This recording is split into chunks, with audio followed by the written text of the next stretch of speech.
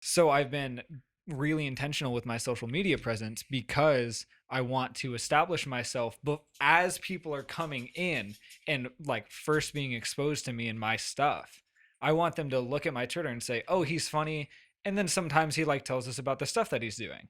With my Instagram, I want it to be like, "Oh, okay, like this looks really cool." And sometimes he's telling us the stuff like about the stuff that Can you he's teach doing. me this? Because I suck at this part. Like, I'm I just suck at it. I just had to remember to take my phone out to do a story for this podcast on Instagram because I forget about it. Well, Yeah. it's shown how, like, whether you like it or not, the marketing has become intertwined with what it means to be an artist. Mhm. Hmm. Like, because we are our own PR and marketing team or whatever, like, and any creative, right? Like, obviously, like what you're getting at, and it's just an interesting thing that another, I would say, borderline paradoxical thing to deal with is the fact that, like, you have to be simultaneously like creating and documenting what you're doing. Yeah, and how do you do that? It's hard. You don't. You don't. It's hard.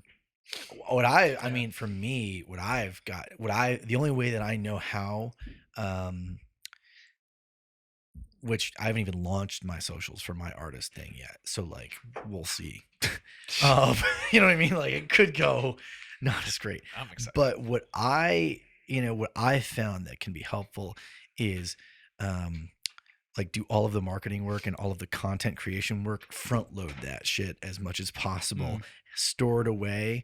You know what I mean? That makes sense. That way you can just fire it off at a moment's notice and not be like, oh crap, I need to create and I need to be this, content but I right need now. content. Yeah, because there's anxiety that comes with that. Yeah, shit. there Like, is. And I think a normal person living in the world that we live in today, so like socials are everything, right? Like, you post, therefore you are. It's very much like there is anxiety that's driving that. And even more as an artist or a creative, it's like, that's my freaking bread and butter. So I think the only way to do that is, like, for me anyway, I treat it like a job, but it's the part of my job as an artist that, like, okay, that's the part that I don't like as much.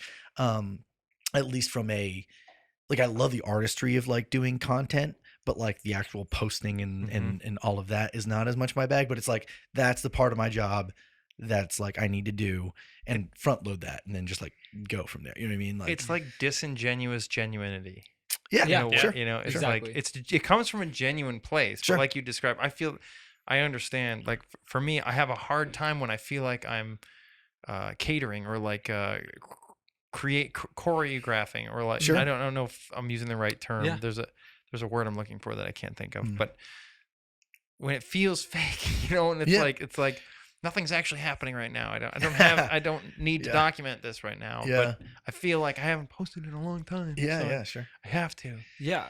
Well, I mean, even like to go back to the 1975, right? Like Matty Healy walking out on stage in like big platform shoes with like a cig in one hand and then some red wine in the other hand.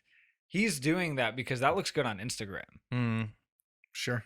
yeah. You know what I mean? Like the way that all like my Instagram, for instance, it's all things that happen and like come from my life.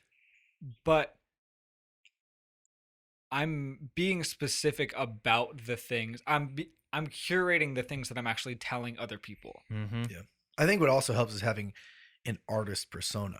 Mm-hmm. That's something that I find. Absolutely. That makes a big There's another hump that I feel like you guys have crossed that for me I don't know if I ever would. It's this sort of like, who cares about this? For me, I don't feel it about anybody else. But if it's like I have a thought, it's kind of funny. Mhm. But then my brain goes, who gives a fuck? Sure. I think about that all the time. But you kind of have to ignore that in a way and just kind of yeah. I think that's why I think social media, where we are, I mean, it's something that psychologically can break you down if you let it, but also it can strengthen you a ton if you let it, or if you make it. You have That to makes harness sense. it, because your life is out there on the chopping block to be seen, and your content is out there, and you have to make a choice of like, do I keep going with it? And do I expose myself on a daily basis? yeah. And it's really that choosing, a growth based versus like a fear based mentality, you could say. And that's something, extremely hard. Not just say like, oh, it's that Yeah. simple. It's like extremely freaking hard to get over that because we're human. And But like, weirdly, my thought is very narcissistic. You know, okay, yeah, nobody cares enough to not care. You know what I mean? sure. Like the worst that happens is they skip over it. says the man who has a podcast. Right? Yeah, right. You know what I mean? Though, Just said that. right? But you know what I? Yeah, like, no, it's- absolutely, It's that thought is like, who cares about this? And absolutely. it really should be, who cares if they care? They don't Right. care if they care. Right. They'll skip Right. over it. They're too busy worried about themselves. Yeah, You know what I mean? exactly. Like, But which I can't like stuff- psychologically jump over that. Oh in yeah. the Well, I don't moment. think anyone know, just it's- get. I feel like you're a sociopath if you just like get over that. You know what I mean?